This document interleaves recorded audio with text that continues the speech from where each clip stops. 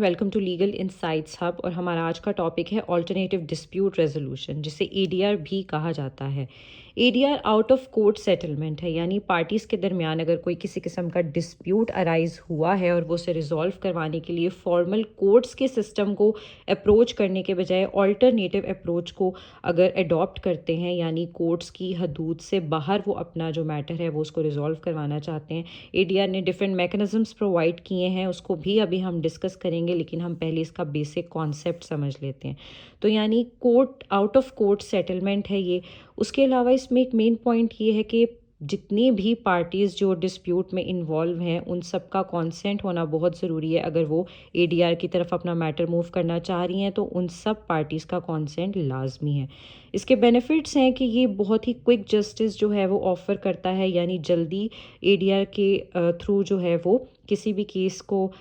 کا ڈیسیجن پاس کر دیا جاتا ہے۔ ساتھ ہی ساتھ یہ کاسٹ افیکٹو ہے، یعنی کہ اگر ہم اپنے فارمل کورٹس کے جو سسٹمز ہیں وہاں پر جب کیس کافی زیادہ لمبا کھنچ جاتا ہے تو جس کی وجہ سے زیادہ ہمیں کاسٹ بیئر کرنے پڑتے ہیں، تو یہاں پر کیونکہ جلدی فیصلہ کر دیا جاتا ہے، جلدی ڈیسیجن پاس ہو جاتا ہے، اس کی بنا پر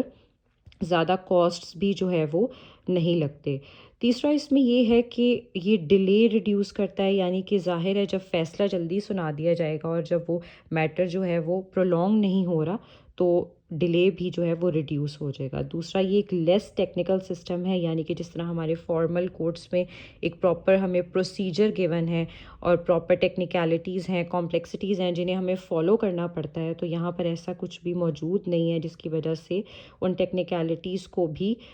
سائڈ پر کرتے ہوئے ہمارا جو میٹر ہے وہ زیادہ جلدی ریزالو ہو جاتا ہے۔ بہت ساری ایسی کنٹریز ہیں جن میں اے ڈی آر کا سکسیس ریٹ بہت زیادہ ہائی ہے، یعنی کہ اب لوگ جو ہے ان کا جو ٹرسٹ ہے وہ اے ڈی آر پر بہت زیادہ ہے، اور وہ اے ڈی آر کو ہی جو ہے وہ اڈاپٹ کرتے ہیں اپنے ڈسپیوٹس کو ریزالو کروانے کے لیے۔ اب اے ڈی آر کے میکنزمس کیا ہیں، ہم اس کو ڈسکس کر لیتے ہیں۔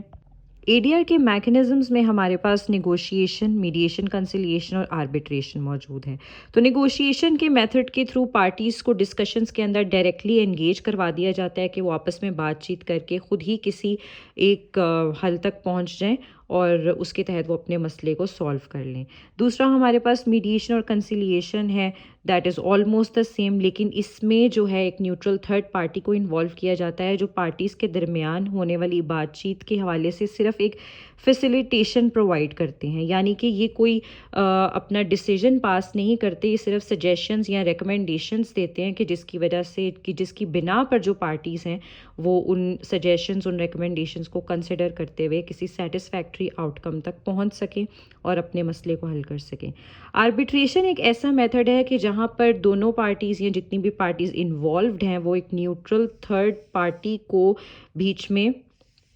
ایڈ کرتی ہیں کہ وہ ان کے ڈسپیوٹ کو ڈیسائیڈ کرے۔ تو یہ تھے اے ڈی آر کے mechanisms. Thank you so much everyone for watching this video. Please subscribe to my YouTube channel. I hope کہ آپ کو اے ڈی آر کا ٹاپک بالکل کلیئر ہو گیا ہوگا، لیکن پھر بھی اگر آپ کی کوئی کیوریز ہیں تو آپ کامنٹ سیکشن میں کویسچنس پوچھ سکتے ہیں۔